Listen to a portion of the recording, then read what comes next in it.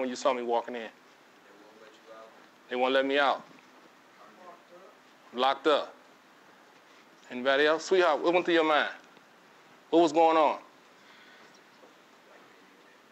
Black men in jail. What was going on?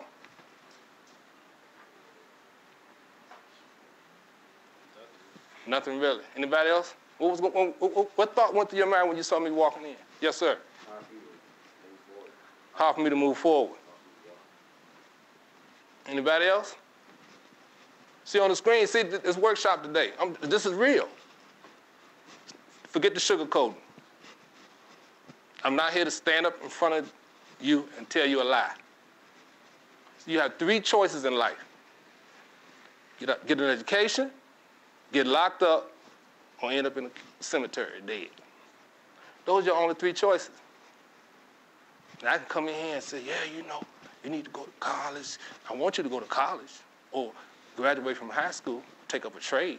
I want you to further your education. But I'm not going to sit here and lie to you and tell you if you don't graduate, you're going to be okay, because you're not. What's that? The R, what's the word? The what? Now, would you like for me to come here and be fake? What do you want today? You want to learn the what? This page is rated what? R.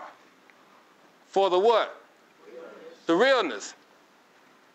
Because the reality of the matter is, for a lot of people in this room, this your last stop. Those handcuffs and outfit, it's real. It's real. I mean, he helped me out. They probably won't even do that. And see, we go into class every day. We think it's a game, and we think it's a joke. And they sitting there waiting for you because you think it's a joke, and you think it's a game.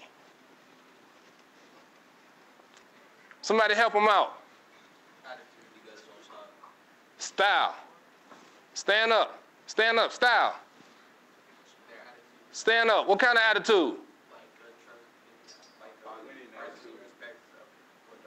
Positive attitude? Stand up. Positive attitude. Now, before you sit down, I want you to say the word. Okay? What was your word? Respect. Have a seat. What was your word? Accountable. Smart and composure. Hardworking. Humble. Follower. What's that? Style. Characteristics. Okay, you got to have a cool style. Positive attitude. So, the question you need to ask yourself, are you showing all these behaviors in the classroom? And if you're not, why not? Because, see, everyone in this room, see, what I like about talking to high school kids, see, you know better. See, that's the reality. When you're at elementary school, they kind of, but when you're in high school, see, when you know better, you do better to be more better. That's real. See, when you know better, you what? Hold on. When you to be, okay. When you know better, you do better to be what? Okay, let's say it again. When you to be. Let's say it again. 1, 2, 3. Say it like you mean it. 1, 2, 3. You to be. And that requires the C word, which is change. See, when you know better, you do better to be more better, but that's going to require some people in this room to change. And you're going to have to start exemplifying or showing the characteristics that you stood up and talked about. Because, see, everyone in this room has something good about themselves. See, a lot of you don't even know my whole story. I'll give you a little bit. I was raised in a two-parent household till the age of 9. My dad was physically abusive to my mother. And I grew up in elementary school watching my father beat my mother. So at the age of 9, she was diagnosed with cancer. Doctor gave her 4 years to live. My father left my mother, and I had to raise my mother. I had to watch my mother go from being alive to dying. My mother died when I was in middle school. The phone rang at 2:15 in the morning. And the doctor said Annie Mae Marsh has expired. My mother had cancer.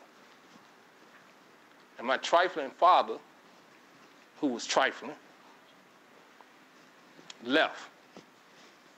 So I had to raise my mother. I was giving my mother 20-something pills a day when the cancer got so bad. It started on her feet and ate her whole body up. So I understand. And I could have said, you know what, I'm going to use that excuse not to be successful, but I didn't. There's a lot of other things that happened between them, but I just want you to understand that I had to change. Man, I was mad. I'm still, you know, my father died 2 years ago. Thank God we got to a point where I was able to forgive him. We had a good relationship. But it took him a while to say, my father never said he was sorry. He said, I wish I could have done something different. Why settle for what? When what is free? And education is your success. And it's free.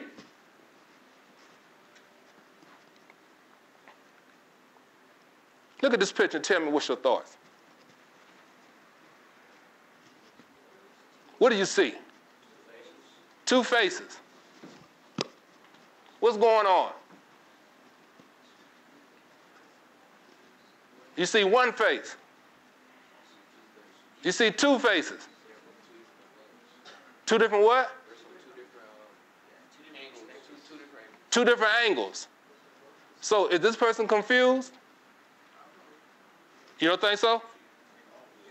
You think he confused, bro? What's your name? Sam, you think he confused? Why he confused, Sammy? He don't know what he wants. Who else think he confused? Raise their hand. Who does not think he's confused? Raise their hand.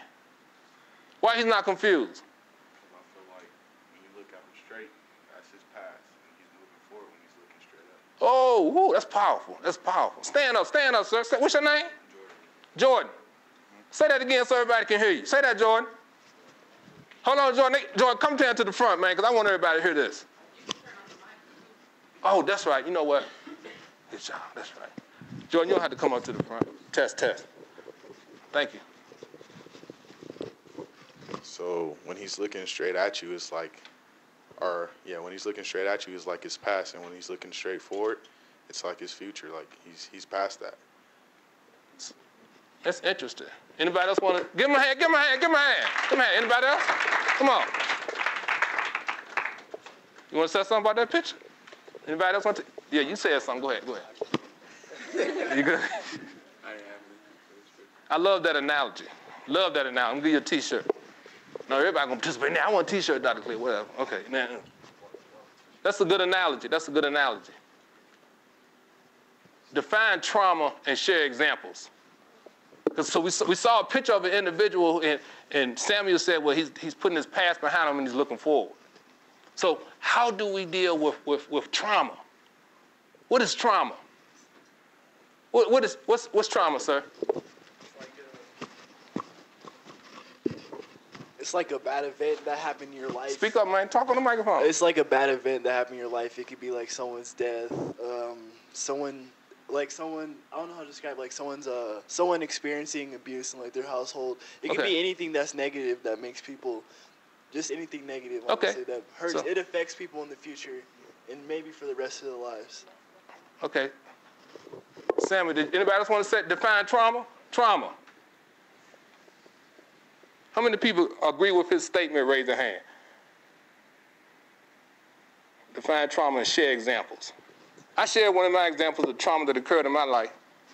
I share another example that my mom was I was in the 6th grade, and all night I would have to get up and take my mom to the bathroom because she couldn't walk. The cancer had ate her leg up. And she would moan because she couldn't talk. So one morning I got up. Now, granted, I'm in middle school. I'm going to school every day. When I get home from school, the only thing I have to do, I got to take care of my mother. So I'm cooking, trying to cook, bathing her. Doing whatever I need to do to make my mom feel good. And I was tired. About 3 o'clock, 4 o'clock in the morning, she started moaning, got up, and I picked her up, and I got to the bathroom, and I dropped her. And she hit the wall. I'm just tired, man. I'm in middle school. I'm going to school every day, and then I got to come home and watch my mom dying.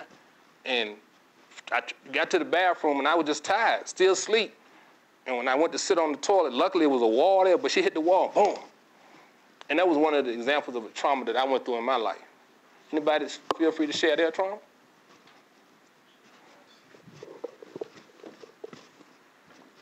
My grandmother's death a month ago.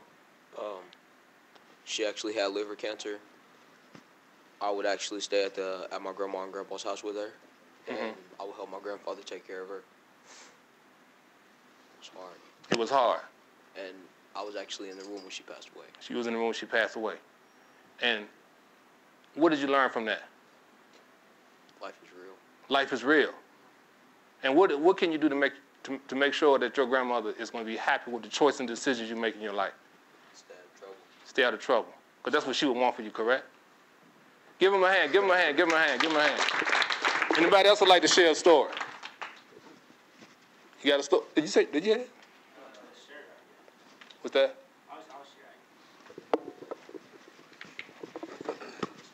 Doesn't matter what it is, just whatever. A trauma, something that you experienced that really caused you, Well, when I almost got my ex pregnant, that was one. What's that? When I almost got my ex pregnant, that's one. A trauma. Traumatic. You being honest. Yeah, he's being honest. He cool. It's okay. It's okay. No, that's okay. She like, what's your name? What's your name? Ajane was like, really? Really? Come on, bro. All right, brother up here want to share. So it's like this. It was recently, and one night I was chilling at my friend's house. Like when I go to my friend's house, I eat all their food. I be chilling. I have a good time. So we have a good time, and my homie tells me he puts me on some real life stuff and how people aren't my friends. This and that. He just told me what am I like. I was, all right, sorry, but I wasn't making good decisions this summer, and he just told me about what I was doing, how I should stop. And so the next day, I go to the skate park, and I'm on Instagram, and I just see that he's dead.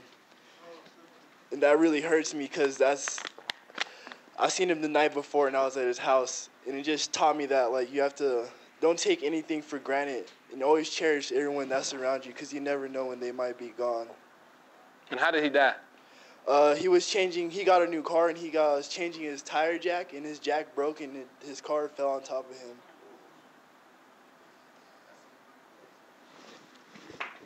Give him a hand, give him a hand. So, and see, that's why it's important. How do most people deal with trauma? Silent. We become silent. We keep it in. Number 2 says you do what? What does number 2 say? Number 3. Oh, man, I'm good, dog. Man, I'm good. No, you bad. You jacked up in the inside. And you acting like you good. Number 4, we do what? Keep it a secret. Now I'm going to show you this video I made.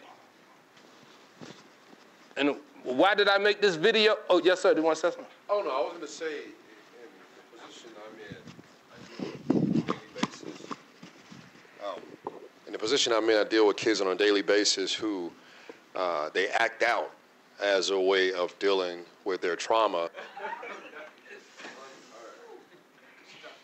It's a man's job to respect a woman, but it's a woman's job to give him something to respect. See, you want a man to respect you, but you don't even respect yourself. Because you putting these kind of messages out.